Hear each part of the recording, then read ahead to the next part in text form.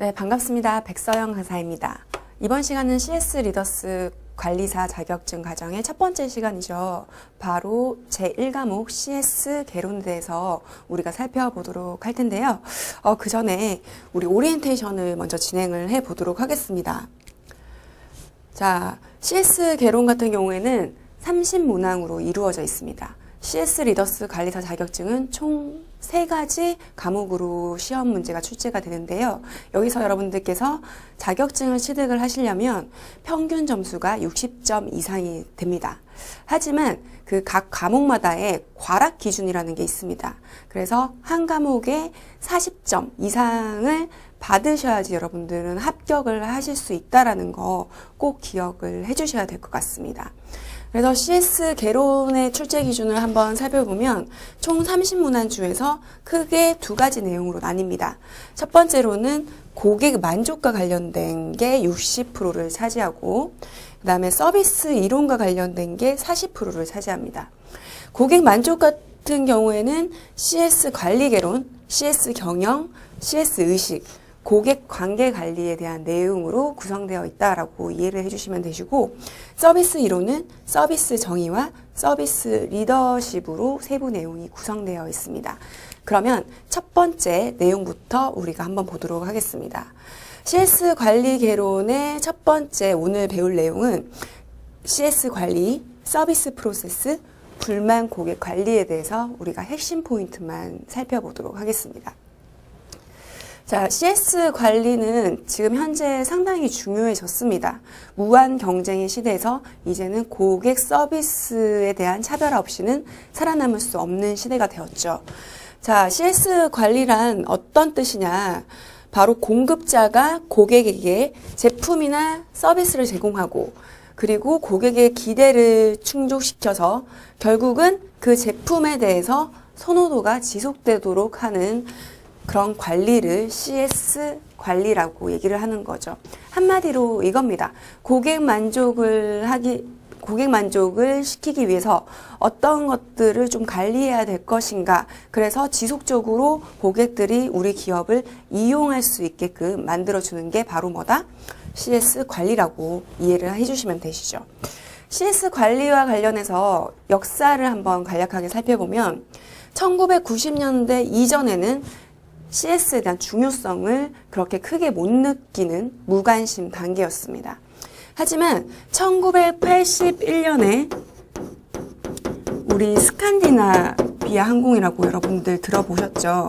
항공의 얀 칼슨이라는 이 젊은 사장님이 오시면서 이 MOT의 경영을 도입을 했습니다. 이때부터 약간씩 고객 관리가 중요하구나, CS 관리가 중요하구나 라는 생각을 하게 됐죠.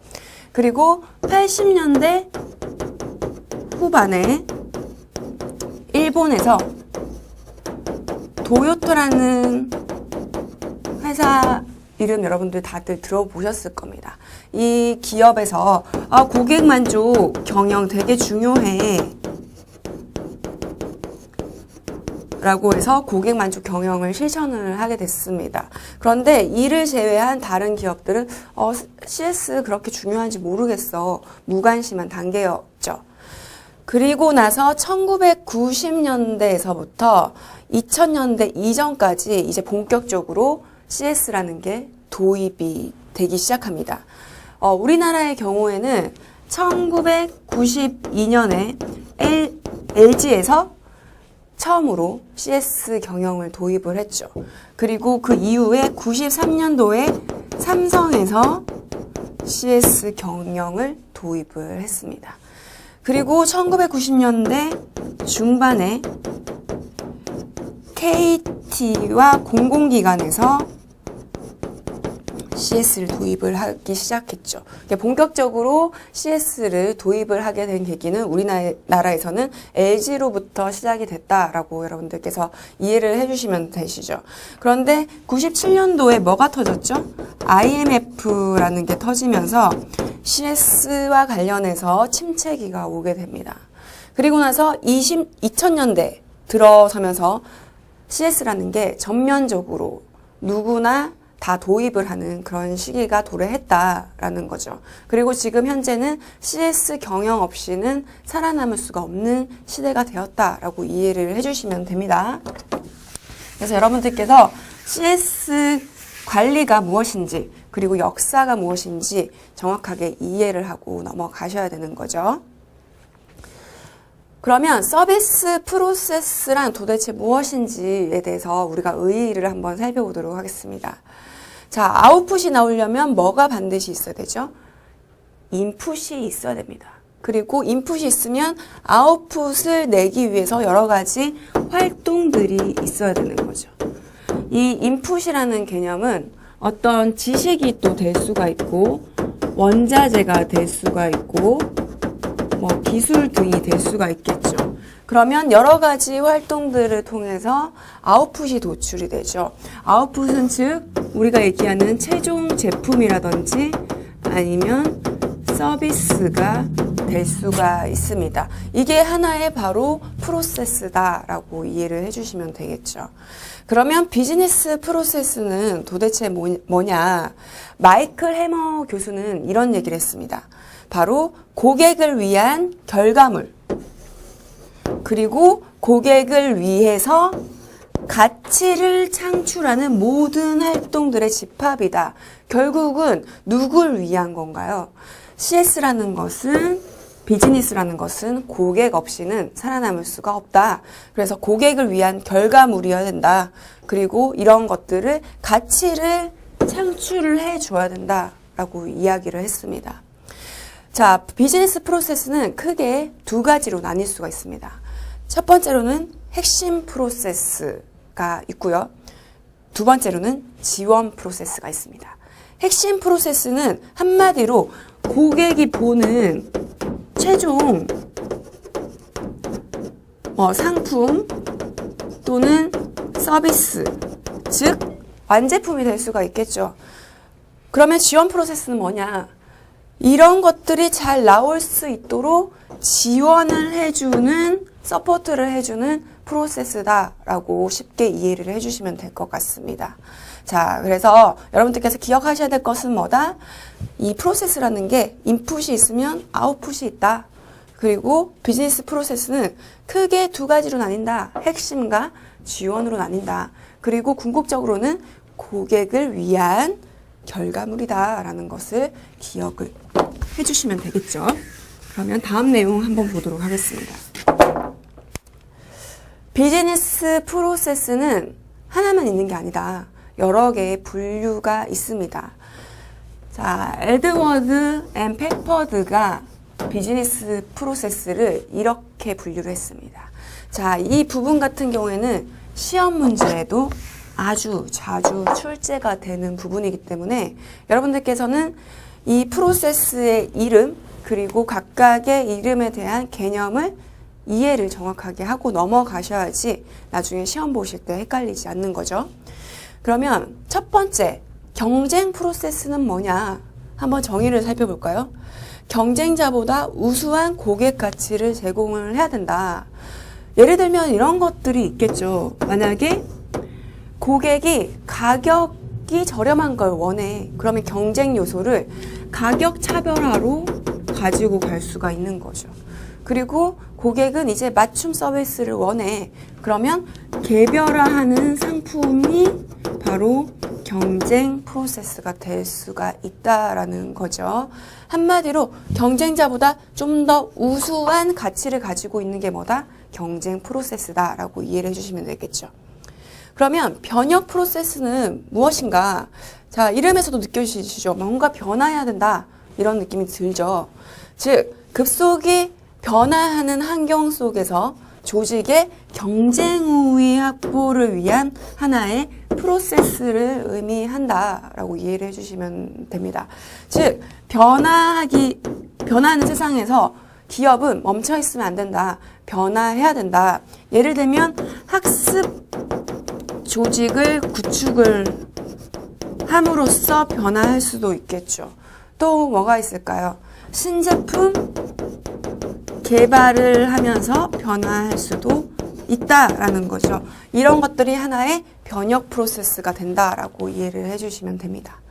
자, 기반 프로세스는 뭐냐? 핵심 프로세스는 아니에요. 하지만 프로세스의 결과물이 고객에게 가치가 있다고 파악되는 프로세스. 즉, 예를 들면 상품과 관련해서 상품 그 자체에 기능이라는 게 있을 수가 있겠죠. 그러면 기능만 좋다라고 해서 되냐? 아니라는 거죠. 지금 현재는 어때요? 디자인도 이뻐야 되고 크기도 작아야 되고 이런 것들이 있는 거죠. 자, 이런 것들은 핵심 프로세스는 아닙니다. 하지만 이런 것들이 좀 더 가치가 있기 위해서는 부수적으로 기반이 갖춰져야 된다는 거죠. 이게 바로 기반 프로세스다라고 이해를 해주시면 됩니다. 자, 마지막으로 지원 프로세스는 뭐냐? 지원 프로세스는 한마디로 이 세 가지가 잘 진행될 수 있도록 지원을 해주는 거다. 그러면 기업에서는 뭐가 있을 수가 있을까요? 예를 들어 인적 자원 관리를 위한 하나의 활동들이 있을 수가 있겠죠. 이런 것들이 바로 지원 프로세스다라고 이해를 해주시면 됩니다. 비즈니스 프로세스 분류는 여러분들 반드시 이 시간에 이해와 암기를 하고 넘어가셔야 됩니다. 자, 그러면 다음 내용 보도록 하겠습니다. 린 쇼스탁의 서비스 설계 시의 위험에 대해서 얘기를 했습니다. 서비스라는 것은 설계를 할 수가 있다. 그런데 설계를 할 때 이런 위험 요소가 존재한다라고 누가 얘기를 했다? 린 쇼스탁이 얘기를 했습니다. 이 부분도 여러분들 시험에 가끔 출제가 되는 부분이에요. 첫 번째 뭐냐? 지나친 간소화는 서비스 설계할 때 위험하다. 우리가 고객들을 만나는 그런 접점들이 있죠. 그런데 이런 것들을 세분화시켜서 차분화를 만들어줘야 되는데 그런 것들을 계속 스킵을 하는 거죠. 너무 간소화시키면 고객 만족을 시킬 수 없다라고 얘기를 했죠. 그리고 서비스 설계를 할 때 미완성적인 부분도 위험하다. 당연한 거죠. 완성이 되지 않으면 위험을 초래할 수가 있는 거죠. 그리고 개인적인 체험에 의해서 왜곡될 수 있는 주관성. 우리가 서비스를 평가를 할 때는 객관적이지 않죠. 주관적입니다. 자, 똑같은 레스토랑을 방문을 하더라도 방문한 사람들이 과거에 어떤 경험을 가지고 있냐 또는 어떤 기대 수준을 가지고 있냐에 따라서 달라지는 거죠. 평가가. 이렇듯 주관성을 띠고 있기 때문에 서비스 설계 시에는 위험은 하다라고 얘기를 했죠. 그리고 편향된 해석 자체도 편향돼서 될 수 있다라고 얘기를 했습니다. 이러한 것들이 서비스 설계 시의 위험이라고 얘기를 했죠. 자, 서비스 프로세스의 표준화와 개별화와 관련된 사례입니다. 서비스 프로세스는 어때요? 서비스라는 것은 표준화시키기가 상당히 어려워요. 그런데 미국 사우스 웨스트 항공사는 이런 표준화를 잘 시켜서 고객 만족을 좀 제공한 걸로 유명하죠.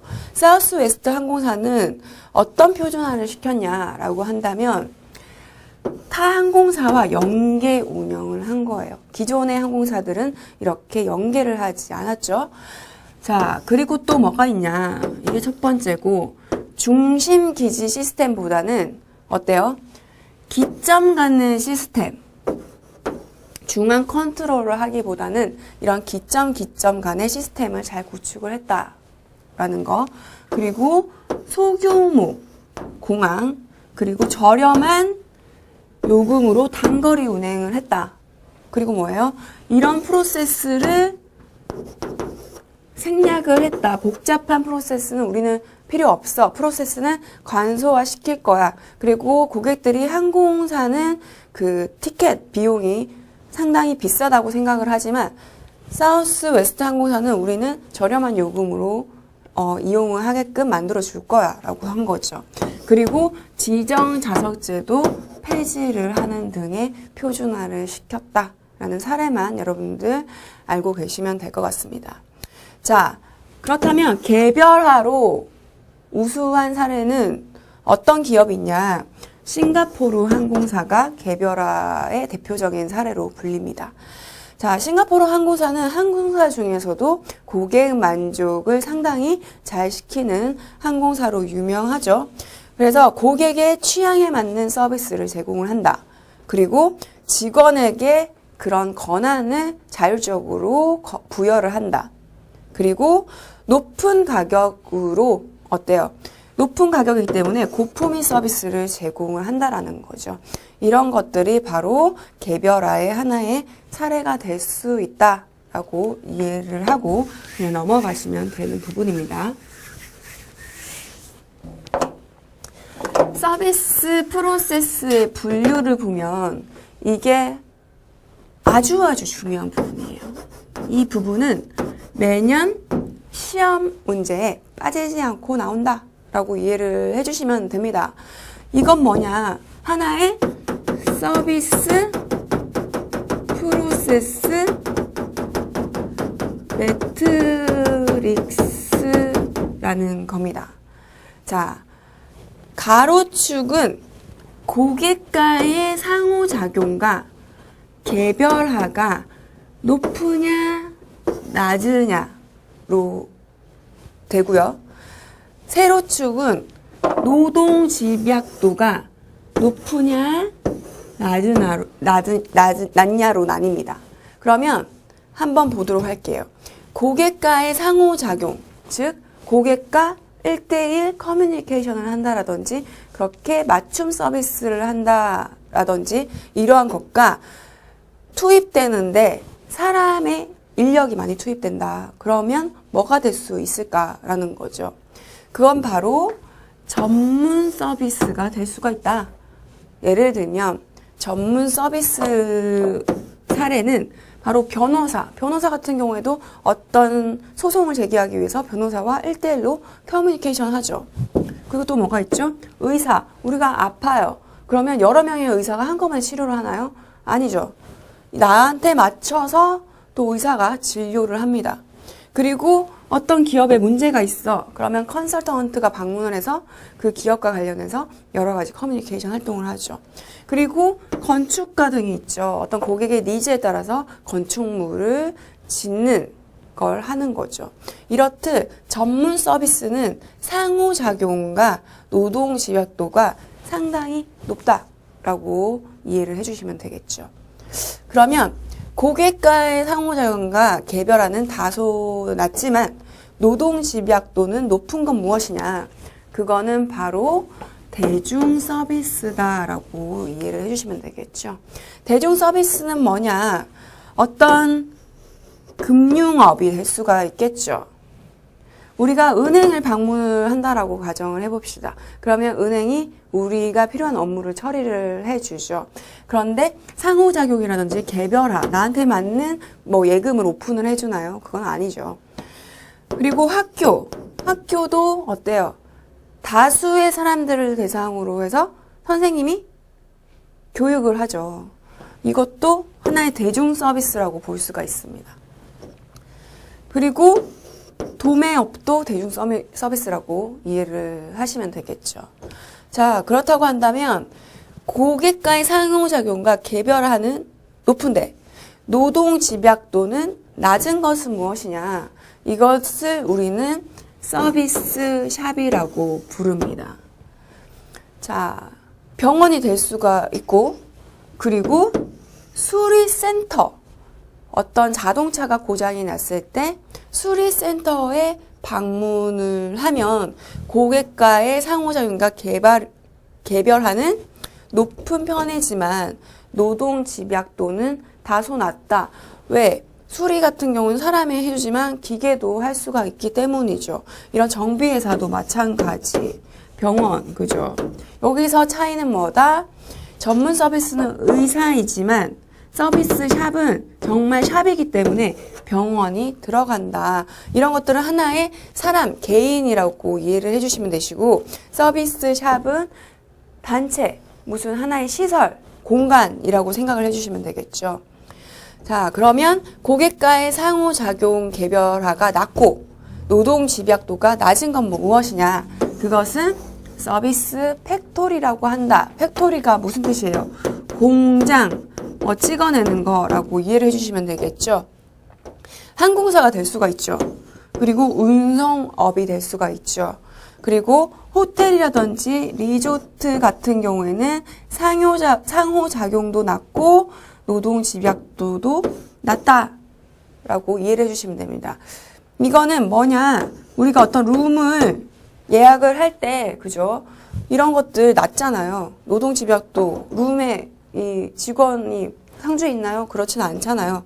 항공사도 좌석을 우리가 이용을 하는 거잖아요. 그죠? 그래서 서비스 팩토리로 이해를 해주셔야 됩니다.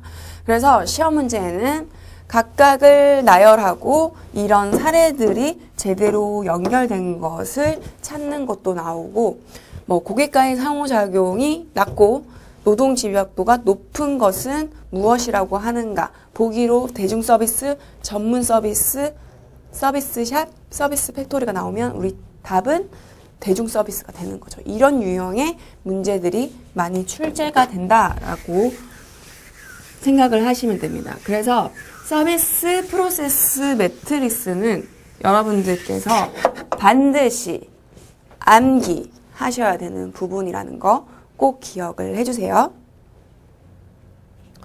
자, 서비스 설계에 기본 원칙이 있습니다.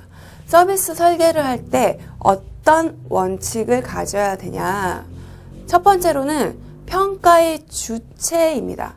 평가의 주체는 당연히 누굴 위한 거다? 고객을 위한 거다. 그런데 시험 문제에 평가의 주체는 기업이다 라고 나오는 경우가 있어요. 그러면 이거는 아니다 라고 이해를 해주셔야 되겠죠? 자, 그리고 평가라는 것 자체가 어때요? 절대적이라는 게 있을 수가 없습니다. 평가자가 누구인가? 평가 대상이 누구인가? 이거에 따라서 서비스 평가는 상대적이다. 그런데 시험 문제에 절대적이다 이렇게 나오면 여러분들은 X라고 치셔야 되는 부분이겠죠. 그리고 평가 내용을 한번 보도록 할게요. 평가 내용 같은 경우에는 기대 대비 성과가 바로 평가다라고 이해를 해주시면 되겠죠. 그리고 뭐예요? 고객의 기대사항을 관리를 해야 될 필요가 있다라는 거죠. 고객의 기대 수준은 다 다릅니다. 그죠? 내가 만약에 예를 들어서 과거에 다양한 경험을 가지고 있어. 내가 맛집 탐방하는 걸 좋아하는데 과거에 하도 많은 맛집을 탐방을 했더니 이런 거의 공통점이 서비스의 퀄리티가 아주 높다라는 거였어. 그럼 어때요? 기대 수준은 상당히 높죠. 그죠? 그러면 이런 기대를 맞춰줘야 된다라는 거죠. 그죠?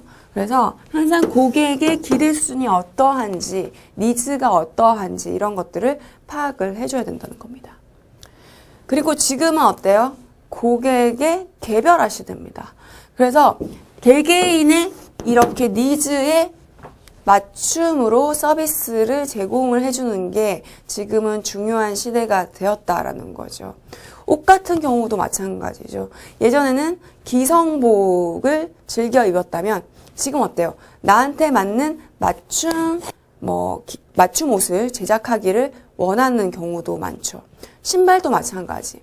예전에는 모든 사람들이 똑같은 디자인의 구두를 착용을 했다라고 한다면 나만의 구두가 필요한 거예요. 그래서 앞코는 요런 디자인, 뒷굽은 다른 디자인, 문양은 내가 원하는 문양을 넣고 이런 식으로 해서 맞춤 생산을 하는 시대로 변해가고 있죠. 그래서 고객의 개별 니즈에 적응하는 것이 상당히 중요하다라고 이해를 해주셔야 되겠죠. 자, 다음 고객의 개별 니즈에 적응하는 효율적인 방법은 무엇이냐라는 부분입니다. 고객과 만나는 사람은 누구예요? 기업 자체가 만나는 건 아니죠. 기업에 소속되어 있는 접점 직원이 만나는 거죠. 그래서 직원을 잘 육성시키는 것도 중요합니다. 그리고 이런 CS라는 것의 중요성을 잘 인지시켜주는 게 중요한 거죠. 그래서 고객의 개별적인 니즈에 맞춰서 응대를 할 수 있는 접점 일선 직원이 필요한 거고, 이렇게 맞춤 응대를 하기 위해서는 지원할 수 있는 시스템도 충분히 갖춰줘야 된다라는 거죠. 그래서 지원 시스템도 같이 갖춰줘야 된다라고 이해를 해주시면 되겠죠. 그리고 의사결정을 할 때는 이제는 기업 중심이 아니라 바로 고객 중심으로 가져야 된다는 겁니다. 그래서 고객을 항상 고려를 해서 의사결정을 해야 된다라고 이해를 해주시면 되겠죠.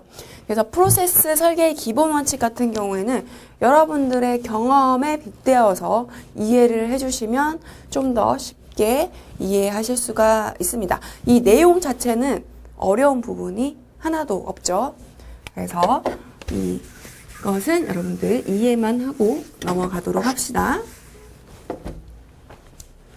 자, 다음은 불만 고객의 관리입니다. 불만 고객 관리 부분은 상당히 또 중요한 부분이죠. 불만 고객은 왜 중요하냐라고 본다면 불만 고객을 충성 고객으로 만들 수 있다. 불만이 생겼을 때 기업 측에서 제대로 응대를 해주지 않으면 그 고객은 다시 우리 기업을 찾지 않는다라는 거죠. 그런데 불만이 생겼을 때 적절히 진심 어리게 잘 응대를 해주면 불만 고객이 우리 기업의 충성 고객으로 바꿀 수 있는 그런 기회가 된다라는 겁니다. 충성 고객으로 만들면 뭐가 좋냐? 계속 우리 기업을 이용을 하기 때문에 어때요? 수익을 높일 수 있는 거죠. 그래서 기업의 현재 이슈는 뭐냐? 신규 고객을 창출하는 데는 이제는 한계에 도달했다. 그래서 기존 고객을 어떻게 하면 우리 기업의 충성 고객으로 만들 것인가? 이런 부분이 중요해진 시점이다라고 이해를 해주셔야 됩니다. 자, 불만 고객은 왜 생기냐는 거죠. 우리가 어떤 상품이나 서비스를 이용을 했을 때 불만을 가졌던 적이 한두 번씩은 있을 겁니다. 그 경험을 한번 떠올려 봅시다. 자, 상품 자체는 만족스럽지만 어때요? 응대하는 직원이 불친절해서 불만이 생기는 경우도 있죠. 그리고 뭐예요? 이 응대하는 직원이 나의 독특한 취향을 잘 몰라줘. 거기에서 맞춤 서비스를 제공해주지 않아. 이럴 때도 불만이 생기죠. 그리고 뭐죠? 잘못된 투입, 기업 측에서 어떤 정보라든지 이런 것들을 잘 제공해주지 않아. 상품 자체가 불량이야. 이럴 때도 생기는 거죠. 그리고 프로세스 자체가 잘못됐어. 그런 진행 사항과 관련해서도 불만이 생기는 거죠. 예를 들어서 내가 어떤 매장에 방문했는데 오랫동안 기다려. 그러면 그 내부의 프로세스 상의 문제가 있을 수가 있다는 거죠. 그리고 잘못된 명령, 그죠? 그리고 부정확한 시행 자체를 잘못해. 그죠? 그리고 직원들의 실수 등도 불만의 원인이 된다라고 이해를 해주시면 되겠죠. 그러면 불만 고객을 우리가 관리를 잘 해야 되는데 이러한 것들을 대처할 수 있는 방법이 무엇이냐라는 거죠. 첫 번째로는 고객 모니터링을 주기적으로 해줘야 된다라는 거죠. 모니터링을 통해서 우리는 뭘 알 수 있을까? 불만 고객이 왜 발생이 되는지 그런 원인을 확인할 수가 있죠. 그리고 어떻게 하면 이런 불만들을 없애줄 수 있을지 제거 방법에 대해서 올바르게 매뉴얼을 또 만들 수가 있습니다. 그리고 또 뭐죠? 고객의 니즈, 고객이 뭘 원하는지, 그리고 서비스 제공하는 기업 측 사이에서 그런 갭이 발생할 수가 있는 거죠. 이러한 차이점을 파악을 할 수가 있다는 거죠. 그리고 불만 고객을 대체하기 위해서는 어때요? 최적의 프로세스를 또 만들어줘야 된다. 그리고 이러한 것들을 실천하는 게 중요하다라는 겁니다. 아무리 프로세스 설계가 잘 되어 됐을지라도 실천이 되지 않으면 당연히 고객 불만은 생길 수밖에 없겠죠. 그래서 실천하는 것은 우리 직원이 될 수가 있기 때문에 직원 교육을 철저히 한다라든지 이런 것들이 될 수가 있다라는 겁니다. 자, 여기까지 우리 첫 번째 CS 관리 내용을 다뤄봤습니다. 여러분들 너무 고생 많으셨습니다. 그래서 제가 꼭 이거는 암기하셔야 된다라고 말씀드린 건 있죠. 그래서 꼭 기억을 하셔서 그 부분은 다시 한 번 더 돌려보기 하셔서 체크하시길 부탁드리겠습니다. 자, 다음 시간에 뵙도록 하겠습니다. 감사합니다.